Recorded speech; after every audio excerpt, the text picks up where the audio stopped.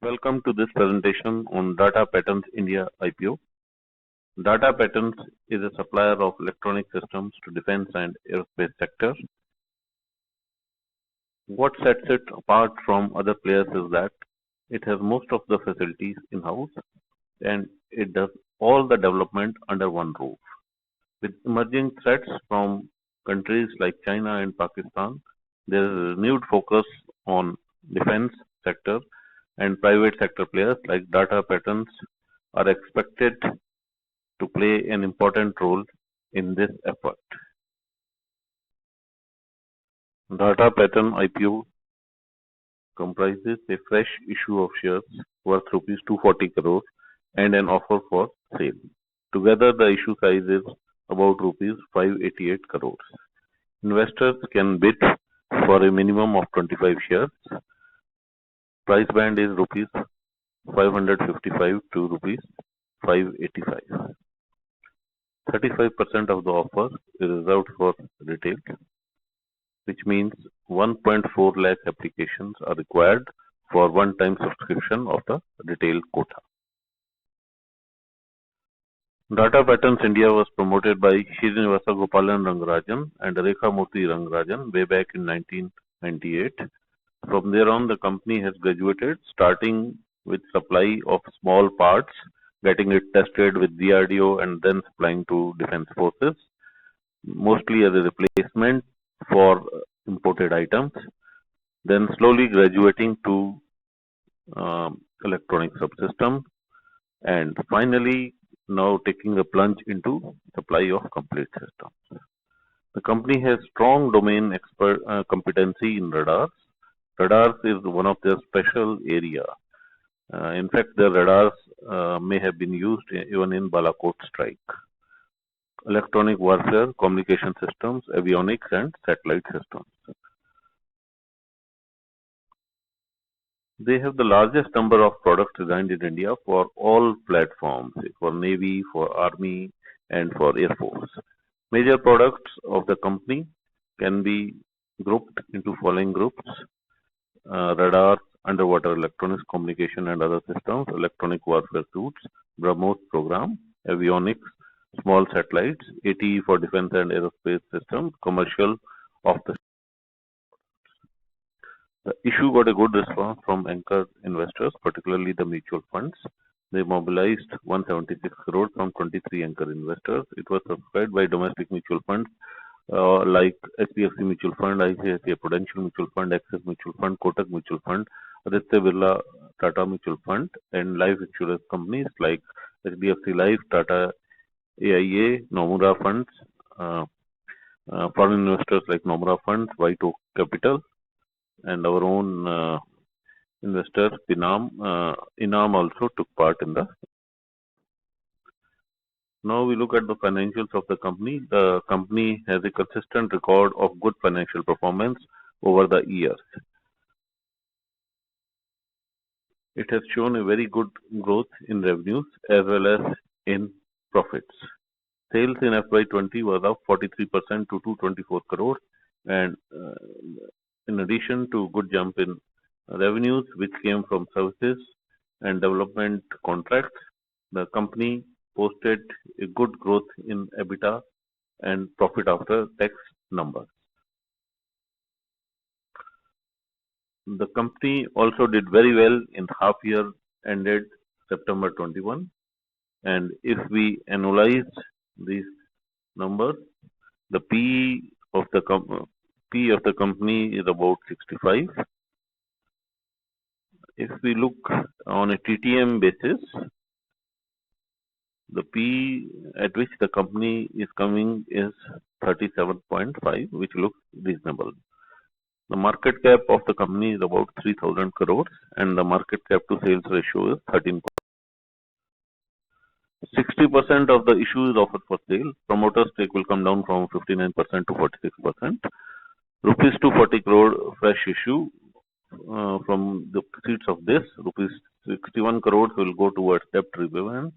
Rupees 95 crore will go towards capital working capital requirements, and rupees 60 crores will go towards capex funding. The company did a 60 crore pre-IPO placement at rupees 577 per share in previous month to three funds.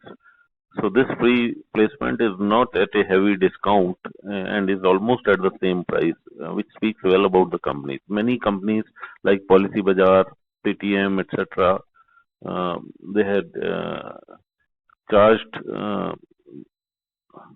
exorbitant price in the IPO, whereas they had given the shares earlier to some investors at very low prices. Data Patterns has design capability across the entire spectrum of strategic defense and aerospace electronic solutions. Its solutions covers processors, power, radio frequencies, microwaves, embedded software, firmware, mechanical engineering. All these competencies are available under one roof. All products are developed in-house in the design and manufacturing capacity. It has got development orders from DRDO, ISRO, and also the armed forces after the products are proven. BEL and ECIL are the two central PSUs which are customers of this company. In fact, many times the armed forces place orders on BEL for particular subsystems, and since these subsystems have originally been tested and designed by the company gets the order on back-to-back basis from these PSUs. So Data Patterns has long association which has been for decades with these two PSUs. It has been associated with very prestigious projects of Indian Army, like Indian Army and Air Force, like Tejas LCA, Light Utility Helicopter of HL, BrahMos missile systems of DRDO, precision approach radars, and various communications and electronic intelligence systems. There are good tailwinds from government initiatives for Data Patterns. India spends over 1 trillion annually on defense capex. With increased external threats from China, Pakistan, this is expected to grow steadily and even get a further boost. Country's defense need cannot be met by government sector alone, and participation of the private sector has been increasing through various government initiatives like Make in India, Atmanirbhar Bharat, etc. Government recently permitted 100% FDI in defense sector, and 79% of this participation will be under automatic route, and if it is more, then it will require a government approval. To encourage the indigenous manufacture, government banned 101 defense items from imports, and these will be manufactured indigenously. Government has also set up defense corridors, etc., to indigenize and provide further boost to defense production in the country.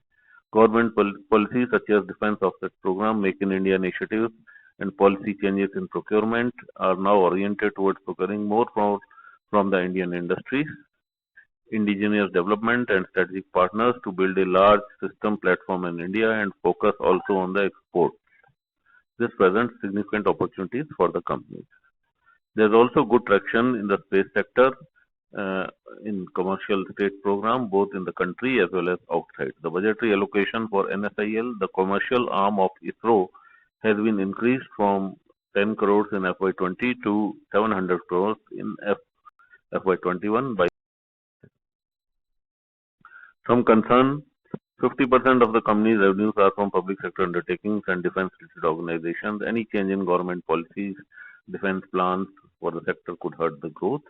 Equity share of promoter Srinivasa Gopalan Nagarajan, aggregating to 26% of the paid-up capital of the company, have been placed with SBI. The company has significant working capital requirement as it caters to defense sector projects, and many times it undertakes development projects which have long gestation period. Final assessment: companies design and build capabilities span the spectrum of strategic defense and aerospace electronic solutions at a very competitive rate.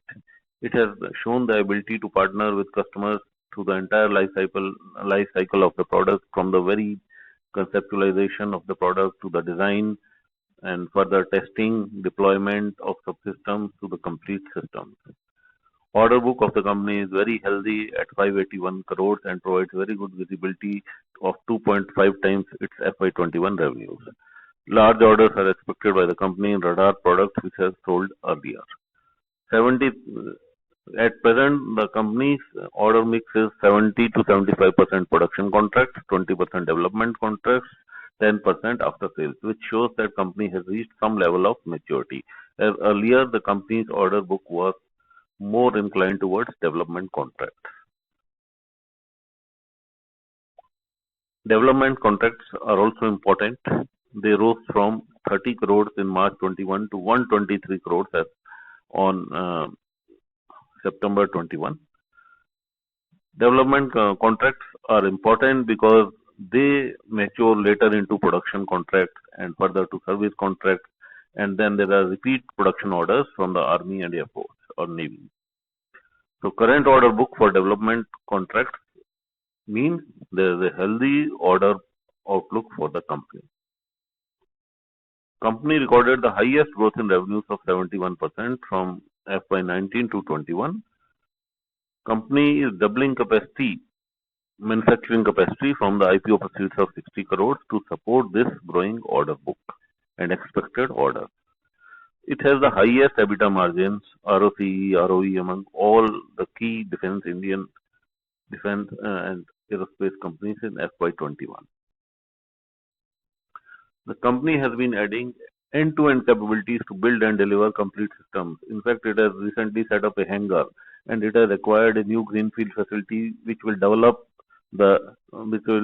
virtually double up the space which it is having for its operations. Company may be at an inflection point as it has done several development orders in the past which can mature now and can result in regular production orders with clear visibility of demand. And company may now be able to leverage its operating efficiencies in a better way in the coming years. It will also benefit from Make in India opportunity and high entry barriers. Data Pattern IPO is coming at reported PE of 35.7 times on a TTM basis. The price to book value works out to be 6.6 times. This looks reasonable compared to other players in this area. Defense PSUs like Bharat Electronics, Hindustan Aeronautics are quoting at low valuations with PE of 22 and 12.5 respectively, while niche private players like MTAR Technologies, Paras Defense, Astra Microwaves, Centum Electronics are quoting at good PE. For some of the players like MTAR and Paras, it is more than 100 and even 300. So we can expect a good valuation for this. To summarize, risk in this IPO is very low. Expected reward is high to very high. Reported GMP is rupees 500 plus, which is 90% or could be even range to 100%. Listing gains, excellent prospects. Should we hold it for a long time? Yes, I will hold it unless listing is too tempting to sell. Subscription is expected to be quite high. I intend to apply in this IPO. I would not like to miss it. These are my views only. Please do your own deal. Thank you. Please read this disclaimer carefully.